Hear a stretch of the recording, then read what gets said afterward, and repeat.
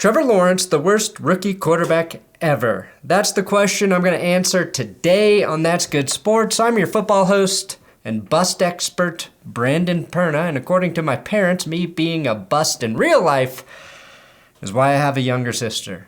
Now, after I noticed that Trevor Lawrence went the entire month of November and the entire month of December and managed to throw just one TD pass in that span, I couldn't help but wonder how he stacked up next to other terrible rookies or rookie QB busts. So today we dive into that, and I say if Johnny Lawrence can make a comeback, well then, the other Lawrence Trevor might be able to as well. Whew, that's good sports.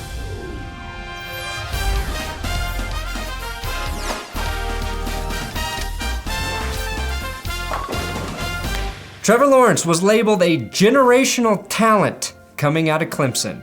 He was mentioned as a John Elway, a Peyton Manning, an Andrew Luck, can't-miss kind of prospect. He was essentially a lock for the number 1 overall pick from the time he defeated Alabama in the national championship game as a true freshman at Clemson. And despite all those accolades, I was the only person in the entire sports landscape to have the balls to say the Jaguars should trade the number 1 pick, stockpile, and roll with Gardner Minshew at QB and not Lawrence. So, God bless me. Now, 2021, Lawrence's rookie season. Here are his numbers through 16 games. I'm taking the first 16 because that way we'll be able to compare it to other rookies a little bit more easily. And God forbid that 17th game, he actually looked good and screws up my narrative. Damn it! Damn it, he did! He looked pretty dang good against the Colts. He bounced a playoff team, boasted his only passer rating above 100 for the season, completed 71% of his passes, and gave the world a glimpse of who he can be at the NFL level. I'm sticking with the 16-game sample size, though. But just know, even this one solid game keeps most of his stats nice and crappy. Lawrence is completing 58% of his passes. He's thrown for 3,418 passing yards, 6 yards per attempt, 10 touchdowns, and 17 interceptions. 8 of those 10 touchdown passes, as well as his 2 rushing touchdowns, came in the first 8 games of the season. In the next 8 games, he threw just 2 touchdown passes and 8 picks. It took Trevor Lawrence 40 games in college to throw his 17th interception, and by that time, he had thrown 90 touchdowns. Now here are some things a few anonymous coaches and scouts had to say about Trevor Lawrence's rookie season per Albert Breer. I think he's going to be really good, said one AFC defensive coach. You see the size, the arm talent, and mobility. I think 2 things are hurting his development. He doesn't have playmakers at receiver or tight end. Losing DJ Chark was a big deal. Another AFC scouting director said, he has to process in the pocket faster. He doesn't see the field as well as you'd think he would. He's not inaccurate on the whole, but he misses more open throws than he should. One that stood out was the level of athlete he was in college. That's not as pronounced at this level, said another AFC exec. The areas I had concern, the ability to make full field reads and consistency in poise on 3rd down at the college level, you're seeing both now. He's not as poised or confident in the pocket. Okay, so you get the point. I think those are pretty telling coming from NFL personnel. But I also think people at any level like to confirm their bias, and those guys may not have been very high on Lawrence coming out of the draft, or at least not willing to call him generational, which is an extremely overused word to begin with. One of those sources talked about the fact that he's not playing with a lot of talent. And that might be an understatement as far as I'm concerned. I'm just going to list the Jags' top receivers this year. Laviska Shenault, 557 yards, 0 touchdowns. Marvin Jones, their big free agent acquisition at receiver, 774 yards, 3 touchdowns. Their 3rd leading receiver is Laquan fucking Treadwell, the former 1st-round pick of the Vikings, who's got 410 yards and 0 touchdowns. The The 5 tight ends that have played for the Jags this season have combined for exactly 2 touchdowns, and none of them were to Tim Tebow. The point, those are not stellar numbers, and no one on the Jags team has more than 3 touchdowns from scrimmage. The Jags offense is scoring just 14.2 points per game, which is 32nd out of 32 teams, and their defense has allowed 28 points per game, 31st out of 32. The lone bright spot in Jacksonville is a rushing attack that's 23rd in the league. They're averaging a 7th best 4.6 yards on the ground per carry, but have the fewest rushing attempts in the league to complement that number. The point, though, is Jacksonville as a team has no single strength, which makes it incredibly hard on a rookie quarterback. A great defense, a great rushing attack, a fruitful group of skill players would all make a drastic difference for Lawrence, in my opinion. But at least the Jags have Travis Etienne coming back next season, who was Lawrence's running back at Clemson. Leave it to Urban Meyer to replace a stud undrafted running back with the first-round pick who doesn't take a snap all season, though. And there it is. I said his name, Urban Meyer. You can't have a conversation about Trevor Lawrence being a bust without bringing up one of the worst, most catastrophic, distracting coaching tenures in NFL history. Seriously, Urban Meyer made Josh McDaniels' head coaching stint look Hall of Fame worthy. In addition to the learning curve that is the NFL, Lawrence became the first QB, the first number 1 overall draft pick at QB to see his head coach fired mid-season. Although that happened for a number 2 overall draft pick I'll reveal in a minute. I have to believe the Jags are the only team to fire a head coach mid-season in back-to-back years as well. I don't really need to rehash the entire Urban Meyer era, one that lasted all of 12 games and involved scandals like the time he played a woman's nether regions like a keyboard, and the other time he kicked his kicker for not kicking good enough. The big mistakes he made with Trevor Lawrence, though, came very early on. And these are mistakes that don't involve the number 1 mistake, which is being really shitty at coaching professional football players. But I think Meyer did his number 1 pick a disservice when he spent his other first-round pick on Etienne. Instead of trying to replace one of the best players on the 2020 Jags roster, Meyer and GM Trent Baalke could have spent that pick on, I don't know, maybe a ball catcher like Rashad Bateman or Elijah Moore or Rondale Moore. Conversely, they could have spent that pick on an offensive lineman that might have prevented Lawrence from being sacked on 5% of his dropbacks this season. And another thing Meyer did that likely fucked up Lawrence's development was have him split reps with Gardner Minshew in training camp. I love Gardner Minshew. You know that. Everyone knows that. But the Jags were not going to keep him. They knew he was getting traded, and they still let him take reps away from their first-round quarterback, who desperately needed those reps to hit the ground running early in the season. So that didn't happen. The Jags traded Minshew away, and Jags GM Trent Baalke will probably spend that draft pick on another running back. Now, before I compare Lawrence to some all-time rookie busts and Hall of Famers who sucked as rookies, let's look at Lawrence compared to the rookies this season. We got Zach Wilson, Justin Fields, Mac Jones, and Davis Mills as guys who played enough games to compare. Sorry, Trey Lance. In my opinion, Trevor Lawrence wasn't even the worst rookie quarterback this season. That award goes to Justin Fields. Fields only had 10 starts, so we can't really compare all of their numbers, but like Lawrence, Fields was thrust into a bad situation with a lame duck coach and not an ideal offense to hit the ground running. Speaking of running, both quarterbacks had 2 rushing touchdowns, and Fields finished with about 90 more rushing yards on just 1 more rushing attempt. That's in 6 fewer starts. Fields not only struggled with picks like Trevor Lawrence, he had 3 more fumbles on the season with 12 to Lawrence's 9. The point, both were bad on many levels and neither deserve all of the blame.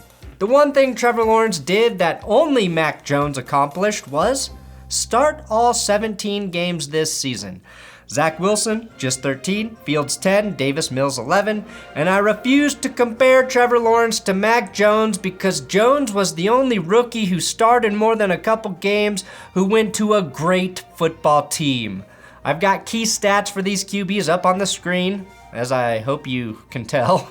And yes, stats never tell the entire story, but the bottom line here is all these quarterback stats suck. They are the worst numbers in the NFL. Zach Wilson had an even lower completion percentage than Justin Fields. Fields and Wilson both had sack rates above 10%. Wilson, Lawrence, and Fields all threw fewer touchdowns than picks, although surprisingly, Wilson had the most rushing touchdowns at 4. So when people say Davis Mills was the best rookie quarterback not named Jones, and that maybe Mills would be better in New England than Mac Jones, that's not hyperbole.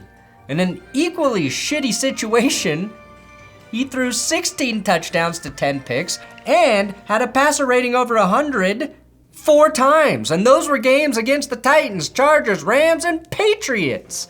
Now, historically speaking, rookie quarterbacks suck, and Trevor is on par with history, just like his hair is historically on par with Brad Pitt of Troy. What you want to see is a rookie quarterback have a couple complete games where he throws for a few touchdowns, doesn't turn the ball over, goes through his progressions, and improvises on a few plays that break down, because you can have the best play caller on earth. You can have a great offense, but the defense is going to win some battles every game.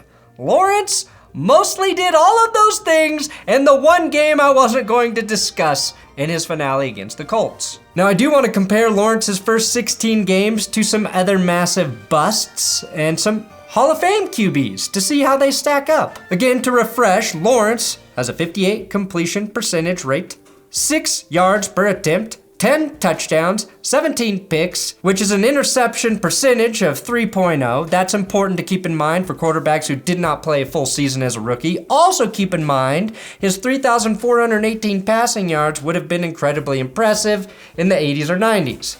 But let's begin with the bust of all busts. Ryan Leaf. Leaf, through 16 games, 47% completions, 5.6 yards per pass, 7 tutties, 24 interceptions. So safe to say Mr. Leaf was in a class of his own. His 6.1 interception percentage has to be the worst all time in the modern era. Leaf is actually a great comp for Lawrence because he went to a coachless, talentless team in the Chargers. The head coach for the Chargers, Kevin Gilbride, who eventually turned into a Super Bowl winning OC with Eli Manning and the Giants. But most recently, Gilbride was the head coach of the XFL's New York Guardians. But here's where it's a little bit eerie. Gilbride was fired mid-season with the rookie QB taken number 2 overall. Leafs ball catchers, Charlie Jones, Brian Still, Freddie Jones, Mikhail Ricks. Yeah, guys nobody remembers. How about Jamarcus Russell, though? Another QB bust. Through his first 16 games, completed 51% of his passes at 6.1 yards per throw, 9 tugs, 10 picks. Russell was throwing to 30-year-old Javon Walker, Ronald Curry, Chaz Schillens, Ashley Lee, Johnny Lee Higgins, and a pretty solid tight end in Zach Miller. His head coach, one of the all-time great dumpster fires, Lane Kiffin, who was fired mid-season in Jamarcus Russell's second season.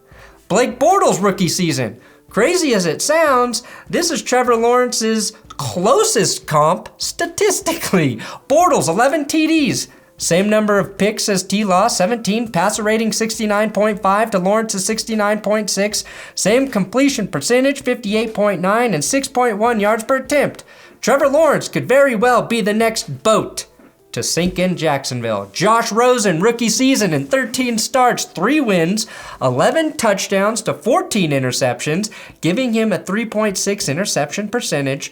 Rosen managed to take 45 sacks in just 13 starts. At least Trevor's mobility has that number at just 31. A 5.2% sack rate for Lawrence. Rosen had a 10.3% sack rate. That's really, really bad, but 2018 Russell Wilson was sacked 51 times at a 10.7% rate. All right, Troy Aikman lost all 11 games he started as a rookie. threw 9 touchdowns to 18 interceptions, giving him a pick percent of 6.1%. He had an identical 6 yards per pass attempt average like Lawrence, but Aikman was saved by Emmitt Smith his following season, an all-time great offensive line, and had a head coach who would eventually become a Hall of Famer in Jimmy Johnson. John Elway. Elway only started 10 games as a rookie in 1983, but his completion percentage was 47.5. Very Ryan Leaf-like. 7 TDs to 14 picks. That's an interception percentage of 5.4. Very high, but not the worst on this list. His sack percentage was at 9.8, also stupid. Elway did have a good head coach waiting for him in Dan Reeves, a very solid defense to give him time to develop into a QB that could carry the team. A lot of people like to talk about Peyton Manning setting the interception record as a rookie. He had 28 picks, but also threw 26 TDs. And he won 3 games. His brother Eli actually had the same interception percentage at 4.6, throwing 6 TDs and 9 picks, but Eli got 7 starts. Those guys went on to combine for 4 Super Bowl wins and 6 Super Bowl appearances. Alex Smith only started 7 games his rookie year. He was a number 1 draft pick, but it was about as bad as you can get. Somehow he managed 2 wins while completing just 50.9% of his passes, was sacked 29 times. That's a sack percentage of 14.9, by the way. Let's just call it 15. And 1 TD to 11 picks, a 6.7 interception percentage. Smith did start the first 3 games of his second season, throwing 3 TDs to 0 picks in those first 3 weeks. And let's not forget that Patrick Mahomes threw 0 touchdowns his rookie year and 1 interception, which was still somehow good enough to beat the Broncos. The point, though, is that Trevor Lawrence's rookie season has been horrible, but it's really not even the worst rookie QB season in the books. Close, but we used to live in an NFL world where we expected to see rookie quarterbacks suck, even the first overall draft picks. And there's a lot you have to consider that goes on around the quarterback to properly judge their success. To answer the question that this video is posing, is Trevor Lawrence a bust? Well, I'm not ready to go that far, but it is absolutely fair to say that he has not lived up to the hype, even with all the bad stuff around him. Whether that's Lawrence's fault or the fault of the people who hyped him up as a generational prospect, that's irrelevant. But he was the first pick in waiting since 2018, and he has not lived up to that stature, even when you factor in the dumpster fire situation that was foisted on him as a rookie. So I won't use the word bust. You can, but bust feels too final and certainly premature. I would prefer to call him a disappointment. I'm not mad at him, I'm just disappointed. I am mad at the Jaguars, however. The situation that a quarterback goes to is the most important factor for a QB's success early, because I just don't see the Jags situation changing anytime soon. So Lawrence is a hard bust until he can leave Jacksonville in 4 years for a real team. Despite the bad rookie season, I think Trevor Lawrence still has all the physical tools to be a very good NFL quarterback. In fact, I like to think about Josh Allen, who definitely had all the tools, but had a horrible rookie season. Everybody gave up on him, and he is now one of the best QBs in the league. Given the Bills are a better organization than the Jags, but that's another comp to think about. Thanks for watching That's Good Sports Trevor Lawrence Bust episode. Please subscribe here on YouTube. I'm on Twitter, Instagram, at Brandon Perna if you want to follow me there. And playoff football, I'll be on top of all of those games. Live streams, recaps, keep coming back.